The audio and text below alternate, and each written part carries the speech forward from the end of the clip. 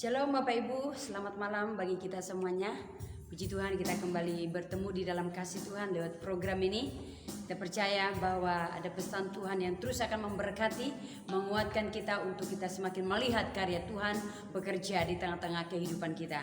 Sebelum kita diberkati firman Tuhan oleh hambanya Bapak Pendeta Pabrik Butar-Butar, mari sebelumnya kita naikkan pujian kepada Tuhan.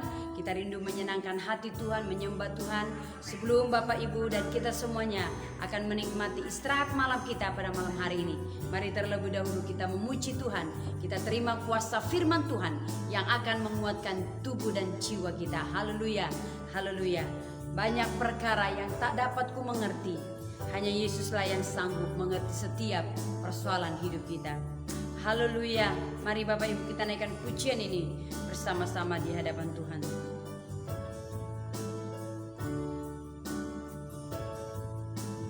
Banyak perkara yang tak dapat ku mengerti, mengapakah harus terjadi di dalam kehidupan ini. Satu perkara yang ku simpan dalam hati, tiada sesuatu kan terjadi tanpa Allah peduli.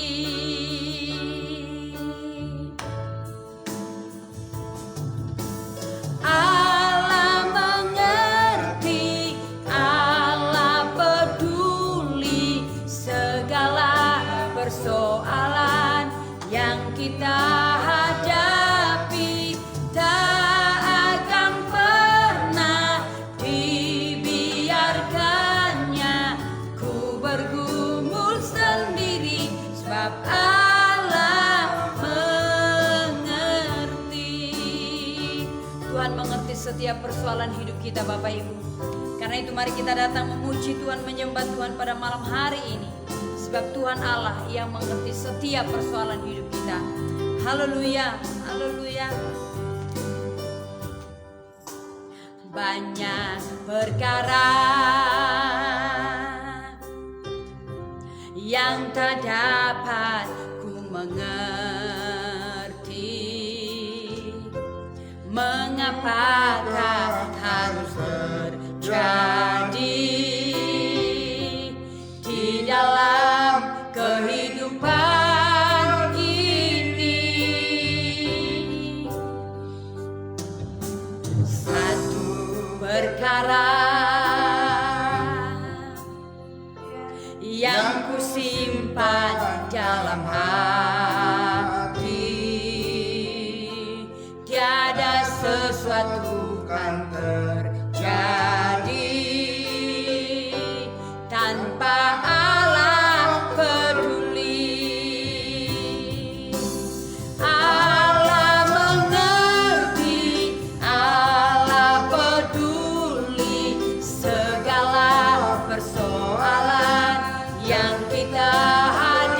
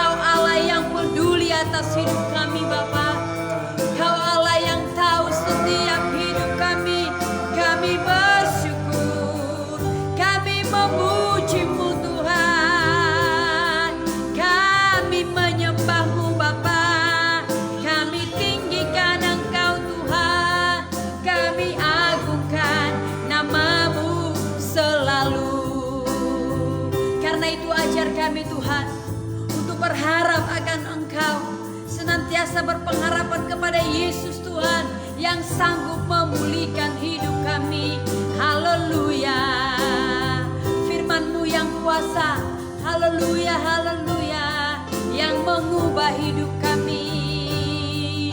Tuhan, firman-Mu yang kuasa untuk mengubah sikap hati.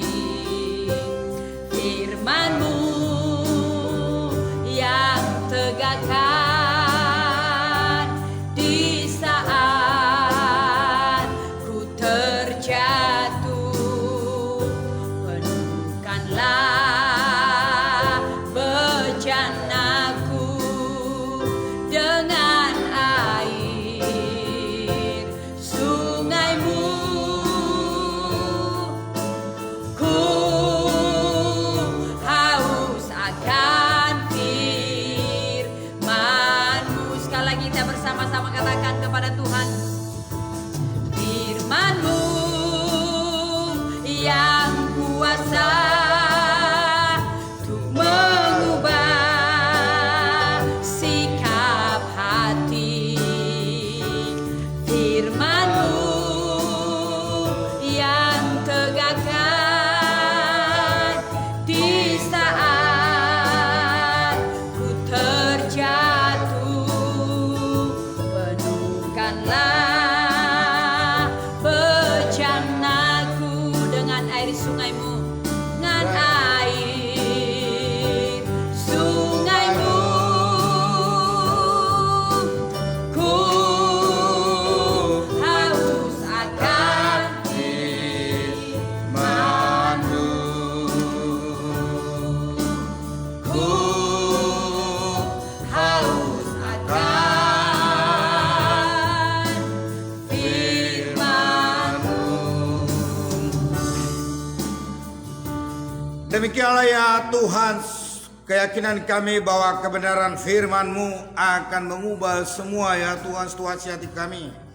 Akan juga menguatkan iman kami untuk kami teguh dalam mengikut Engkau. Kami tahu Tuhan bahwa hari-hari ini adalah hari-hari yang jahat. Namun kalau Tuhan berserta dengan kami, menguatkan kami, semua gelombang kehidupan kami akan kami jalani ya Tuhan bagaikan berselancar ya Tuhan Yesus.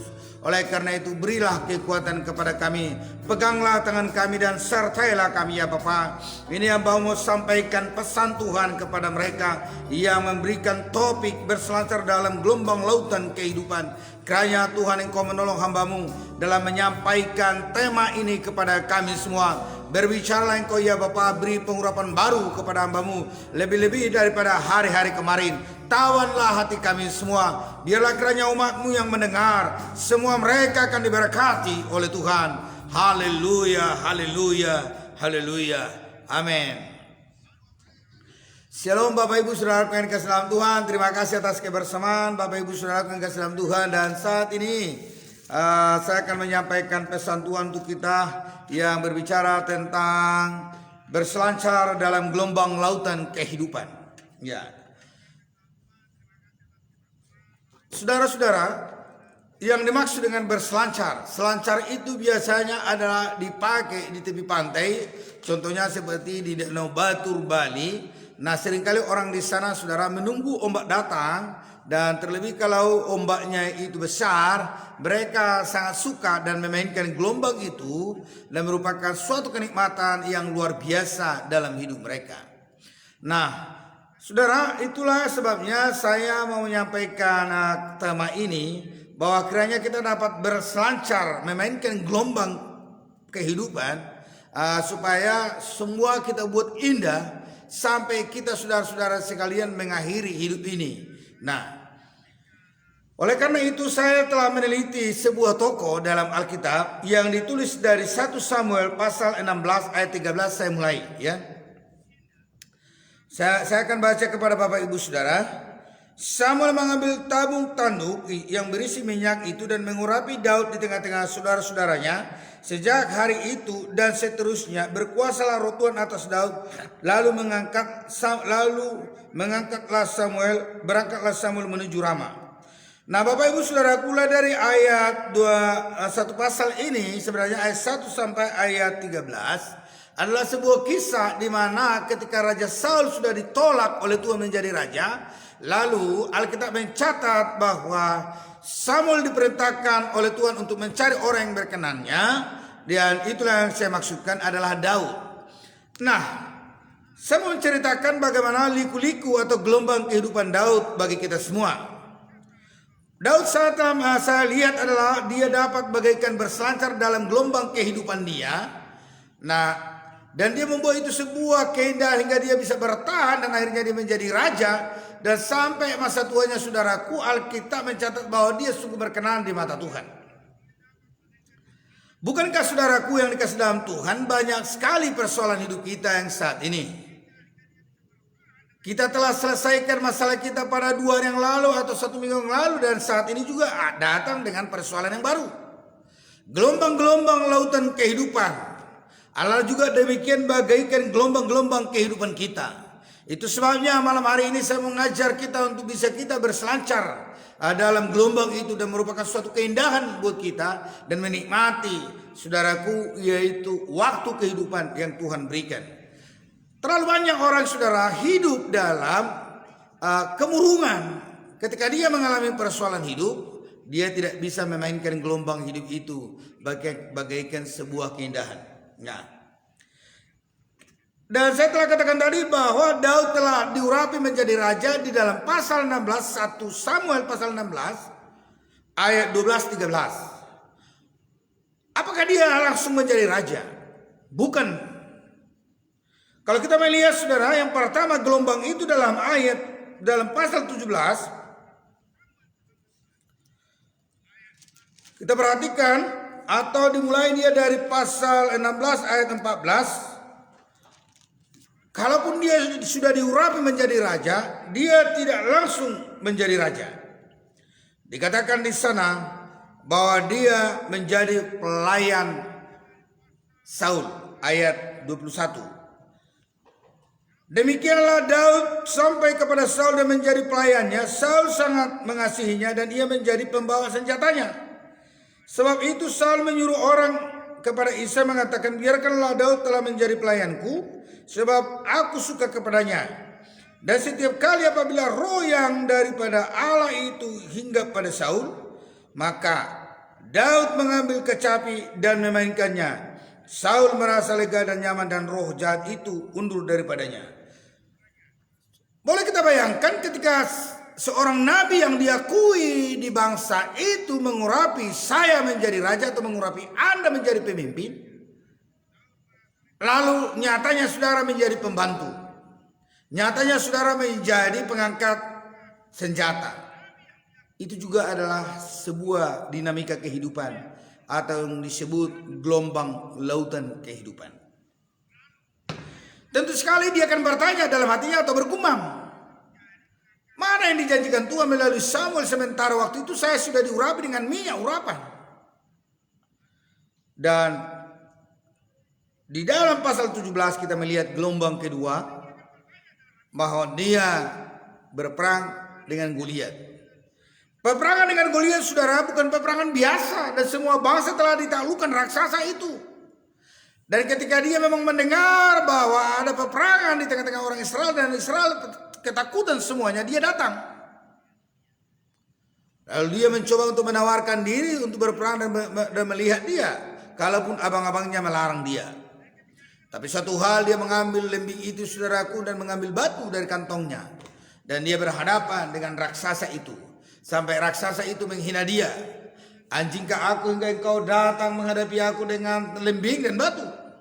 Dia katakan seperti itu. Tapi saudara-saudara sekalian, raksasa sebesar apapun bagi Daud, karena memang gelombang itu dia membuat suatu keindahan bagi dia. Karena berperang atau melawan singa adalah merupakan sebuah skill yang dia miliki, dan memakai umban adalah skill. Dan dimainkannya itu, saudaraku yang dikasih dalam Tuhan, lalu kena kepada dahinya si Goliat, dan Goliat terpapar di sana dan mati. Saudara, dia tidak takut, dan dia memainkan itu dengan bagaikan berselancar dalam gelombang itu. Kalaupun pada orang-orang semuanya pada takut ya, tetapi dia menikmatinya. Kemudian yang paling menyakitkan dialami adalah yang keempat, itu pasal 19, adalah raja yang dianggap raja dan teladan dan juga pelindung bagi dia. Dan di sana saudara, bahwa Saul menyerang dia dalam pasal 17, 1 Samuel pasal 17. Itu adalah saudara-saudara sekalian, kalau bisa dari ayat 18, Saul membencinya, perhatikan dia. Saul membenci di ayat 18, dimulai dari ayat pasal 18 ayat 6, bahwa Saul membenci dia, di mana bangsa Israel, para wanita-wanita bernyanyi. Yang membuat dia cemburu adalah Saul mengalahkan beribu-ribu musuh, tetapi Daud mengalahkan beribu laksa, karena pujian yang luar biasa diterimanya. Dan Saul mendengar, lalu orang yang dikaguminya akhirnya saudara-saudara sekalian, yaitu membenci dia. Itu sangat menyakitkan. Itu juga adalah gelombang lautan kehidupan.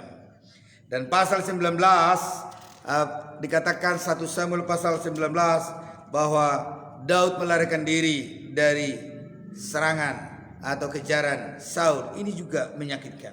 Itu adalah gelombang kehidupan. Melarikan diri, Bapak Ibu Saudara, bukan langsung ada yang memberikan makan. Di sana juga dia harus berpetualangan dengan orang-orang yang mengikuti dia.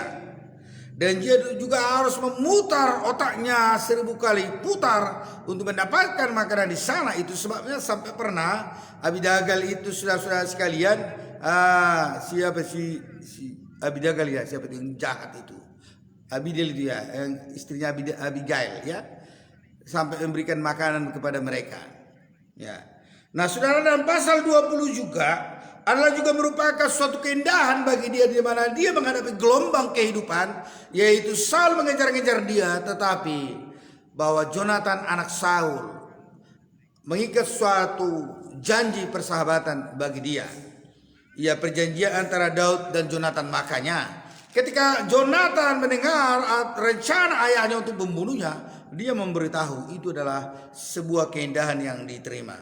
Dan setelah melihat terlalu banyak, Bapak Ibu Saudaraku, persoalan-persoalan yang dihadapinya.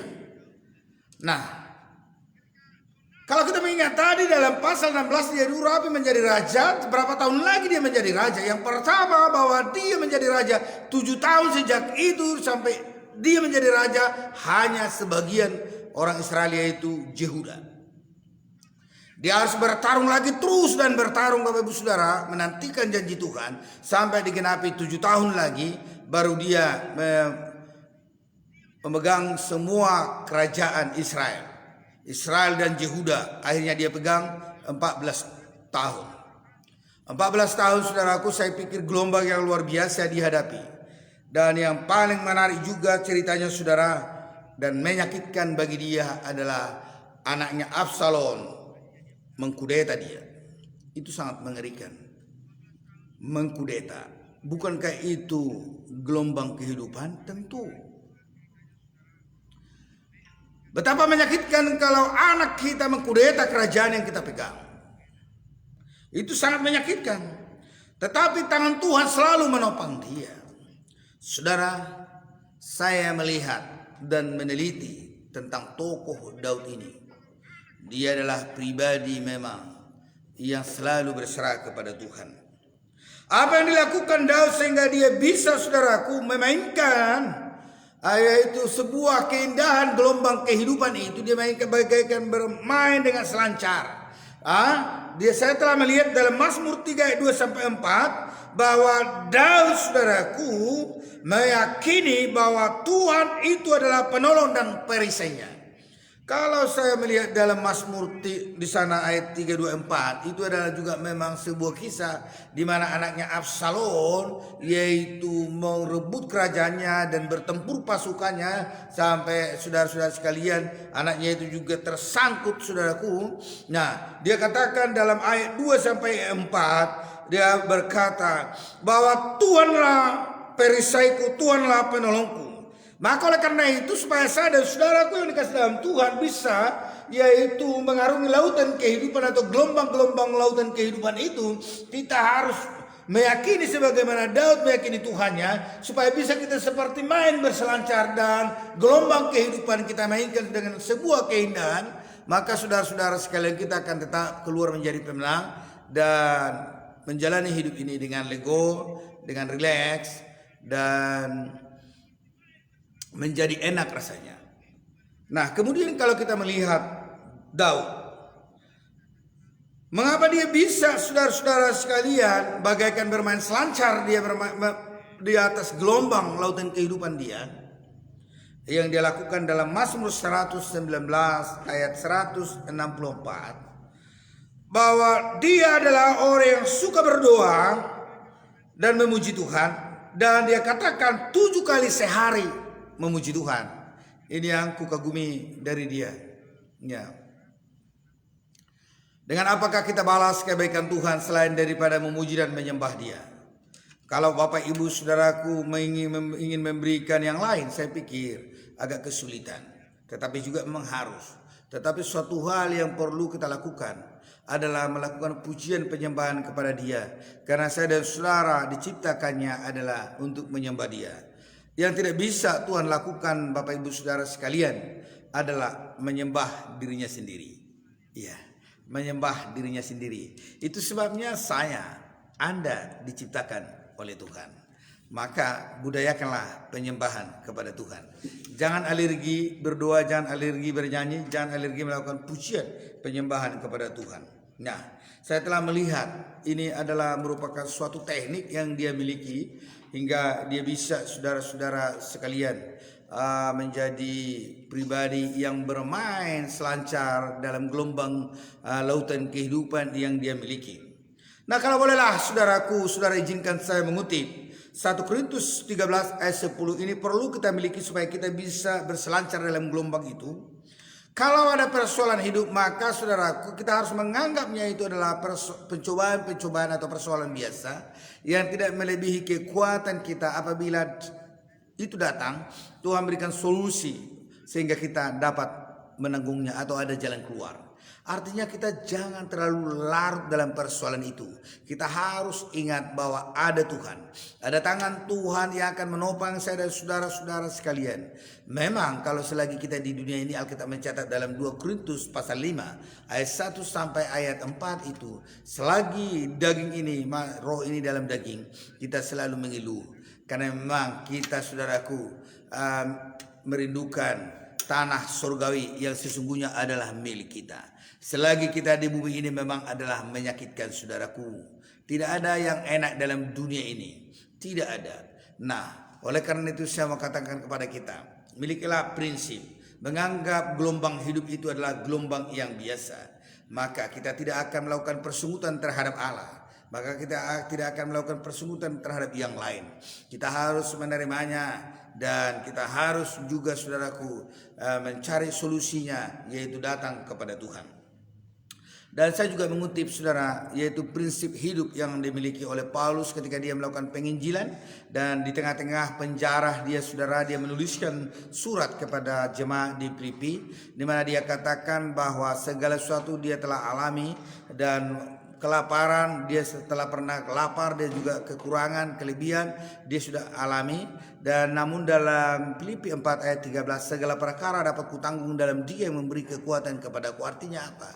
Kalau saya dan saudara menyerahkan hidup kepada Tuhan dalam masa hidup ini, persoalan apapun Bapak Ibu Saudara sekalian akan bisa kita lalui. Karena Allah kita adalah Allah Immanuel, Allah yang besar, Allah yang luar biasa, Allah yang mencintai saya dan saudara. Dia akan memberi kekuatan buat kita untuk bisa kita melaluinya. Maka akan digenapilah Bapak Ibu Saudaraku dalam hidup ini, yaitu Pengkhotbah 3 ayat 11, bahwa segala sesuatu indah pada waktunya. Karena memang segala yang ada di bumi ini ada waktunya. Ada waktu menangis, ada waktu tertawa, ada waktu persoalan, ada waktu kemenangan. Ada waktu merayakan kemenangan dengan sukacita, tetapi juga ada waktu menangis. Namun yang suatu hal yang saya sampaikan buat kita, kalau datang gelombang itu dalam hidupmu, pakailah selancar itu, mainkanlah gelombang itu, merupakan suatu keindahan seni hidup dalam akhir zaman ini, hingga saudara menjadi pemenang. Maka oleh karena itu ketika datang gelombang itu, jangan pernah engkau mengutuk orang lain, terlebih mengutuk Tuhan. Engkau harus menerimanya dan engkau harus berserah kepada Tuhan dan katakan, Tuhan beri kekuatan kepadaku supaya aku kuat dalam menghadapi segala persoalan ini. Bapak Ibu saudara yang kasih dalam Tuhan, ketika Bapak Ibu bisa seperti Daud, maka Anda akan dikatakan bagaikan Kristen Raja Wali. Kristen Raja Wali yang dikatakan di sana adalah ketika datang masalah atau badai itu, dia akan mengembangkan sayapnya dan semakin besar gelombang itu, badai itu datang, dia akan semakin tinggi, semakin naik ke atas. Demikianlah ketika ada persoalan hidup saya dan saudara, gelombang hidup itu datang, maka iman kita semakin besar, semakin bertinggi, semakin tinggi. Bukankah saudara-saudara sekalian, kalau pohon itu semakin tinggi dia, bahwa gelombang juga semakin besar, dirasakannya atau tiupan angin. Demikian juga kekristenan. Semakin lama Anda menjadi orang Kristen dan semakin dewasa Anda dan semakin mengenal Tuhan, maka pengenalanmu akan diuji oleh Tuhan dengan gelombang itu. Maka ketika saudara tidak bisa berselancar dalam gelombang itu, saudara akan tenggelam di sana. Bukankah demikian juga sudah Ayub? Nah, dia dikenal adalah orang yang takut akan Tuhan. Namun ada persoalan yang luar biasa yang bertubi-tubi, gelombang demi gelombang datang.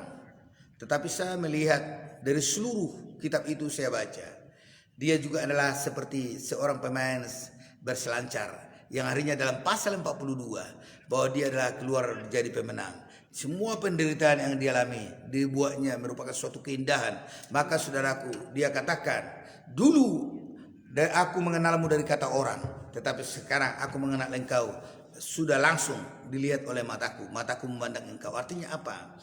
Mari melalui gelombang kehidupan, mari kita pakai itu, kita mainkan, merupakan suatu seni kehidupan, supaya saya dan saudara tetap kuat, maka keluarlah menjadi pemenang.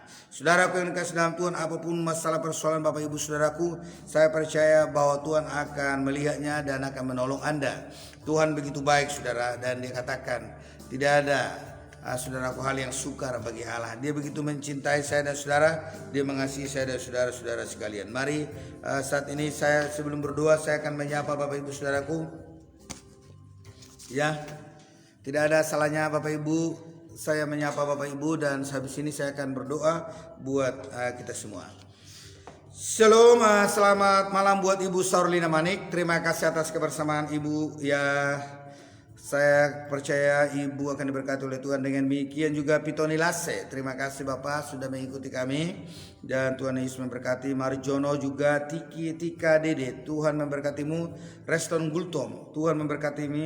Dan Ruth Siahaan Santri Manurung, Tuhan kiranya memberkati Ibu dan semuanya. Demikian juga kepada Ibu Oyen, saya sampaikan salam dari Kota Malang. Salam kepada orang di Kota Malang. Ibu ini adalah dari Kota Malang.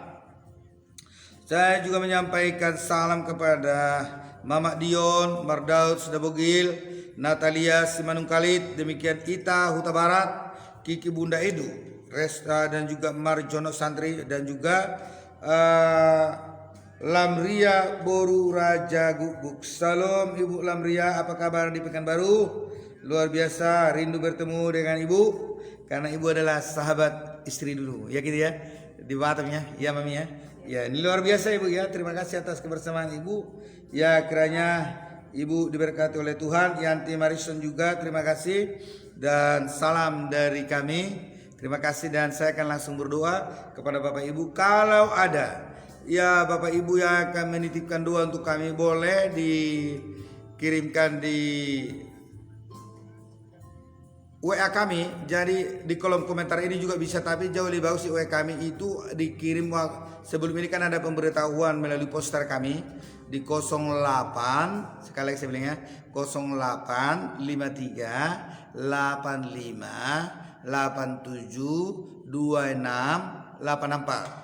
0853 85 87 26 84. Bapak Ibu Saudara boleh meng-SMS saya atau membel besok pagi manakala ada persoalan yang harus kami doakan, atau juga sehabis program ini 10 menit sehabis ini saya masih bangun dan masih bisa saya berdoa untuk Bapak Ibu Saudaraku yang dikasih dalam Tuhan.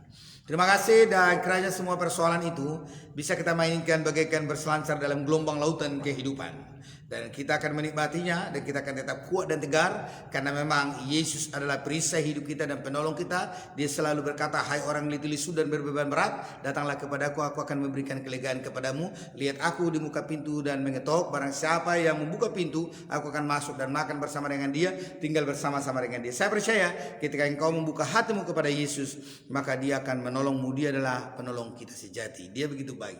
Haleluya. Mari kita berdoa. Bapak kami berdoa Tuhan saat ini buat Ibu Oyen. Engkau berkati, Engkau tolong, Engkau campur tangan. Engkau berkati Ibu Natalia Simajuntak. Dan juga Tuhan Ibu Sorlina Manik, Pito Lonilase, Marjono Tika Dede, Reston Gultom, Ruth Sian, Santri Manurung ya Tuhan Engkau berkati. Kiki Bunda Edu ya Tuhan Engkau berkati. Berkati Pito Nilase, berkati Tuhan ya Bapak Surgawi. Juga Yanti Marison, berkati Lamria, Raja Guguk, semua mereka yang enggak bisa saya sebutkan satu persatu, kiranya Engkau menolong, Engkau campur tangan, Engkau berkati mereka Bapak. Orang-orang yang menonton di grup lain, Engkau berkati, Engkau campur tangan. Kami berdoa kiranya semua persoalan hidup mereka Tuhan tolong. Yang sakit Engkau sembuhkan, yang lemah Engkau kuatkan, yang susah Engkau hibur. Saya berdoa Tuhan tolonglah mereka Bapak surga. Terima kasih Tuhan, terpujilah Engkau. Dan kapan saja ditonton video kami ini Tuhan, kiranya Tuhan Allah menolong dan memberkati mereka. Kiranya Tuhan Allah senantiasa membuat pengenalan akan Tuhan bagi kami semua. Kami merindukan pengenalan akan Engkau ya Bapa. Biarlah kami keluar menjadi pemenang dan kami dapat berselancar dalam gelombang lautan kehidupan kami. Terima kasih Tuhan, terpujilah Engkau. Dan Batam kami serahkan ke dalam Tuhan. Indonesia juga Tuhan Engkau tolong, Engkau campur tangan, Engkau memberkati Bapak surgawi. Kami sungguh bersyukur kalau kami ada saat ini Tuhan di negara Republik Indonesia. Terima kasih Tuhan, terpujilah Engkau. Dalam nama Yesus Tuhan kami berdoa dan bersyukur. Haleluya. Amin. Shalom Bapak Ibu Saudara yang kasih dalam Tuhan, terkhusus yang baru masuk yaitu Mama Tua KM Putar-Putar dari Bagan Batu.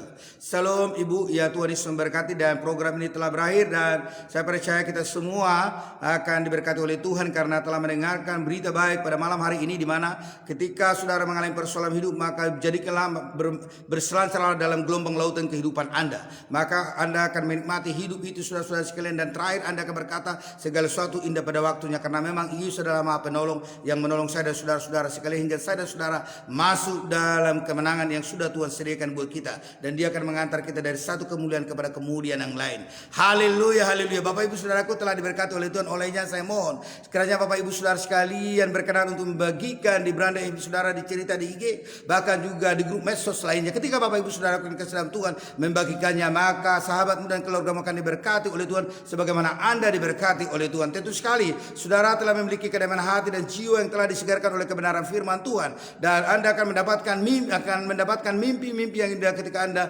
tidur nanti saudaraku yang dikasih dalam Tuhan. Dan jangan pernah lupa bangun pada besok pagi. Salam dari Gereja Kebirawa Indah Kota Batam, pemilik program obat tidur ini. Tuhan Yesus memberkati kita semua. Salam, salam sehat, sayonara, sayonara, sampai berjumpa lagi. Haleluya, haleluya. Nantikan saya besok akan berkhotbah. Saya sendiri akan menyampaikan pesan Tuhan untuk kita, yaitu akan membawa kesegaran jiwa rohani kita dan menumbuhkan iman kita. Haleluya.